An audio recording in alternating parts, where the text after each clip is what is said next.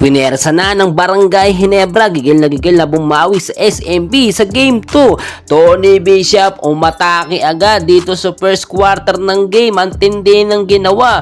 First 2 points po agad, no? Eto naman si Jamie Malonzo, tatlong 3-point shot. Sunod-sunod po yan. Walang mintes. Eto namang si Scotty, matindi ang binitawan dito sa second quarter ng game.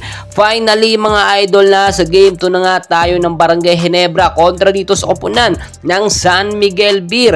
At first 5 lineup ng Ginebra, hindi na po nila binago, which is siguro may plano etong si Coach Tim Con. Pasok sa first 5 si Christian Stan Hardinger, Tony Bishop, Jamie Malonzo, Stanley Prinkel at Scotty Thompson. Well, tignan nyo mabuti yung first quarter ng game dito. Mainit na mainit talaga ang SMB. Lamang po ang SMB ng 7 points at nahihirapang humabol ang Barangay Ginebra. Pero nakagawa si Tony Bishop ng dalawang 2 points, no? Back to back 2 points po yun. At sinunda naman yun ng tatlong 3-point shot po ni Jamie Malonzo. Kaya biglang angat po, biglang habol sa scores ang Barangay Ginebra natin. Nakita nyo rin, ilang minuto pa, no? Under 1 minute, saka pa lang din pinasok ito si Maverick Ahanmisi at si Japet Agalar, which is dagdag depensa sana dito sa Barangay Ginebra. And so far so good. Maganda naman yung katapusan po ng first quarter. Lamang lang naman ng 2 points ang SMB. Napakadaling habulin. Pagdating naman po ng second quarter ng game, dito uminit ang ating Barangay Ginebra team. Lumakas ang depensa. Nagkaroon ng maayos na rotasyon ang mga player.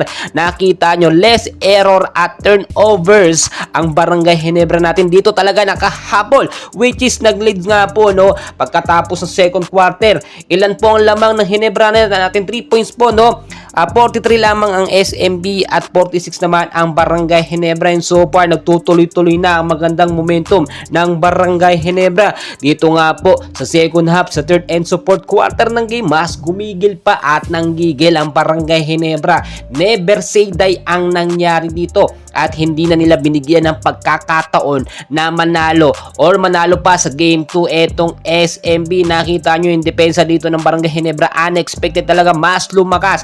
Nabigyan din ng kahit papaanong oras na paglalaro itong si Japet Aguilar. Dagdag depensa na rin sa Barangay Ginebra team natin. Matindi at sulit ang ating panonood dito sa Game 2 at mukhang aabot pa nga tayo sa sinasabi nilang Game 5 na laban. And so far so good. Ang ganda ng performance both team, SMB at Barangay